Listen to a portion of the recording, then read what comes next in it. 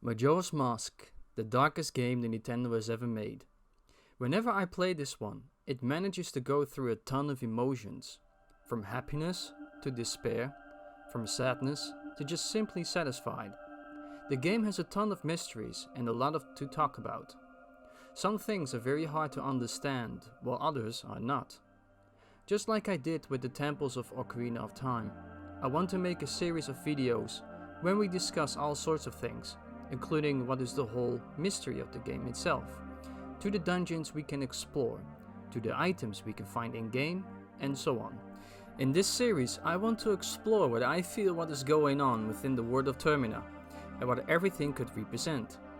Now, lots of you watching this video probably already know the whole story of Majora's Mask, and so I'll change it up a bit so I can explain some things better, so we skip forward to the part where we start in Clocktown. Here we are in a lovely town of all sorts of people that are living their lives happily, and yet something seems off about them.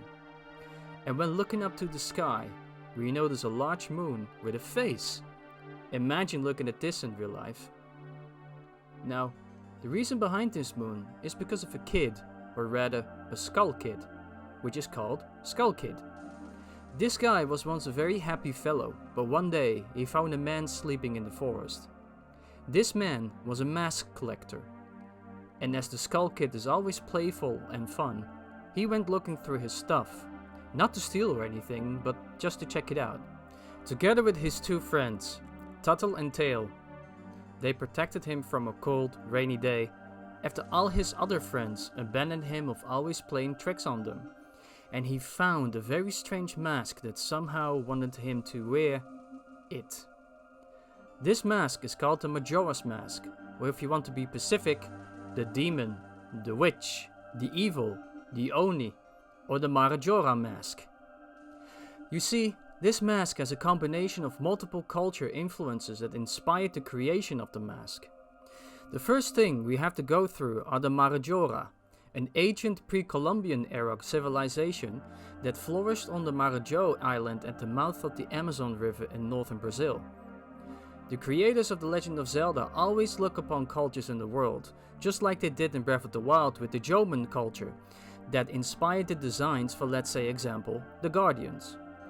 I'll be talking about all of this in future videos, so be ready when that happens.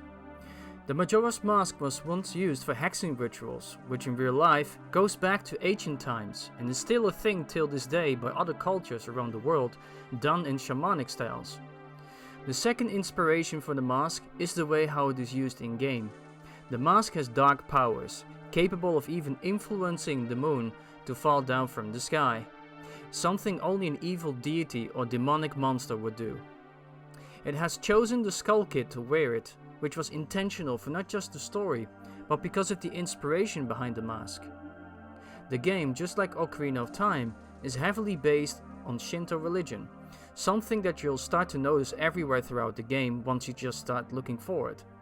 To understand the references, we have to look at Majora's Mask herself, as is such an actual deity created by the darkness of all those rituals years ago.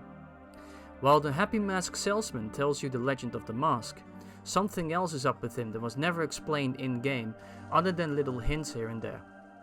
The Happy Mask salesman is heavily based on Shigeru Miyamoto, the creator of The Legend of Zelda, and even has a Ninja Turtle and Mario on his backpack as references.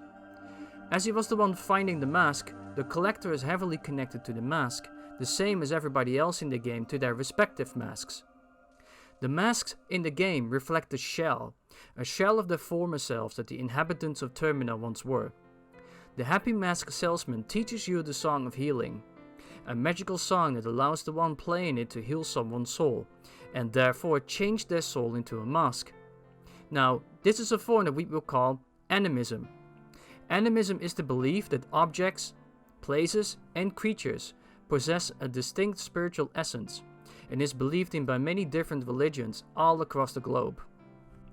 By playing the Song of Healing, we lock up the energy of the soul into a mask, which gives it the powers of that specific soul that the mask is created of.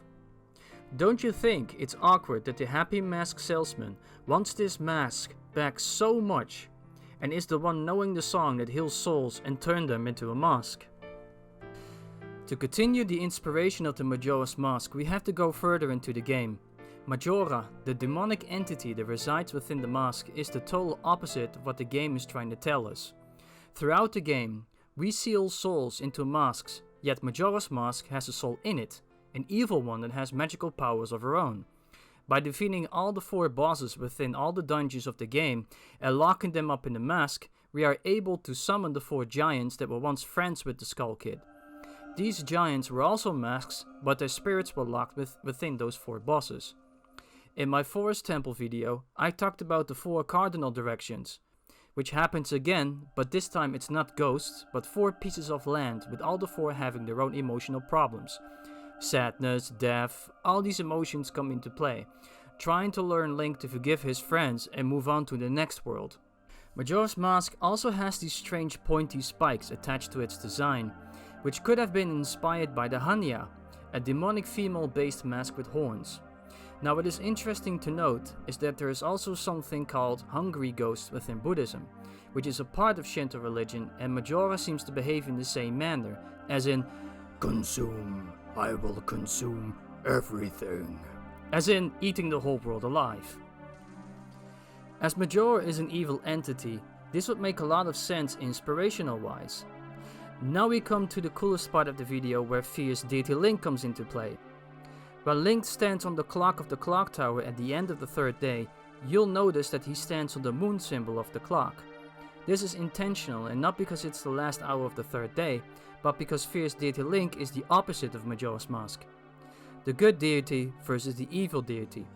Fate has decided for these two to fight against each other, in the form of spirituality. The moon versus the sun, a fight of duality, as both cannot live without the other, as they are intertwined by fate, and even the green-blue sword that the fierce deity Link has shows this same duality, a bonding between 2 entities. When child Majora asks Link to play with him, the children play around a large tree. This tree is a sacred tree that is called Shimboku, which is a tree situated around specific Shinto shrines. These trees are adored or feared, as certain gods use these trees as means of transporting themselves to our world or theirs. This is why when we talk to Majora, we are being teleported to the boss room, a sort of pocket dimension where Majora lives. When Link gave all the children the mask that he collected through his journey, he faces the true battle that will eradicate the whole existence of Termina, and by doing so, as I said prior, one cannot exist without the other, as Termina is not a true realm that exists within its own boundaries of life. As Link became a Deku Sprout at the beginning of the game, he wanders into the existence of Termina, rather than walking into a new unexplored land. The Happy Mask salesman knows this, as he is also stuck in the same purgatory. Why? Well, because he is Majora himself. At the end of the game, we all know what happens to that strange but beloved mask collector. He vanishes after saying goodbye, but before telling Link that there is always a meeting and a parting, but you are the one controlling the parting. This is a reference that I always believed in to be pointing to Twilight Princess, where Link, the hero of time, turned into the hero shade, and by not giving up his soul, he continues to live on as a shade of himself, like a shell, to teaching the next hero how to use the teachings of heroes to ultimately defeat Ganondorf, the King of Evil. As the Happy Mask salesman finally touched Majora's Mask at the end of the game, he too is able to say farewell to the others, finally being free of that same purgatory that he was in. This was all, after all, his own fault, as the game says countless times things like, "The Mask One did this." However, it is never stated which Mask One that was, as we all expect that to be Skull Kid. But it could also have been the salesman, as he said himself. He went on the journey to collect the mask, and he did a lot for it to finally obtain it. We aren't done yet though. Majora's Mask was also supposed to be in Twilight Princess, as we can find the mask multiple times referenced within the game. Midna, which happens to be an imp form, which is also specifically set many times to reference Skull Kid in Majora's Mask, has a helmet that looks strikingly familiar to the right eye of Majora's Mask, and to top this off, Ganondorf has Majora's Mask on his chest plate when you check out his concept art. I always believed that Majora's Mask had to be part of Twilight Princess, but never happened. These references, with the Twilight being the dark magical tribe, would just make perfect sense to have some sort of form of connection. If this was to be connected, which to me is not the case but I could be wrong, I would say that their people were the ones doing the hexing rituals, and after leaving the stone towers, they left behind this ancient mask that was filled with cursed hatred and ancient magic that brought forth a creature so powerful it could create and destroy an entire dimension. Majora's Mask is a creature formed by the essence of emotions that Link once had when he was still alive, and by falling into the despair of missing his friend Navi, he ultimately found his demise in the Lost Woods, creating and turning himself into a Skull Kid, but not a real Skull Kid, but the thoughts of becoming one. This is why every single character we found in Hyrule had its own counterpart in Termina, as Link memorized most of them, and all of the new characters were coming from his own imagination. And before I end this video with the last part of it, I want to ask you this. At the end of the game, Skull Kid says to Link that he has the same smell as that fairy kid that taught him that song in the woods. So I'll ask you this, why does Link have to smell that fairy kid if he is that fairy kid? I'll let you think about that. Majora's Mask has always been in my top 3 of the Zelda franchise. It's a scary, depressing, enriched game filled with emotions, but at the same time, that mysteriousness is also what makes it so good. I'm not done with the game yet, as I'm planning more videos about all 4 dungeons of the game and its items that they possess, so stay tuned for more videos. Thank you all for watching, and I'll see you guys next time.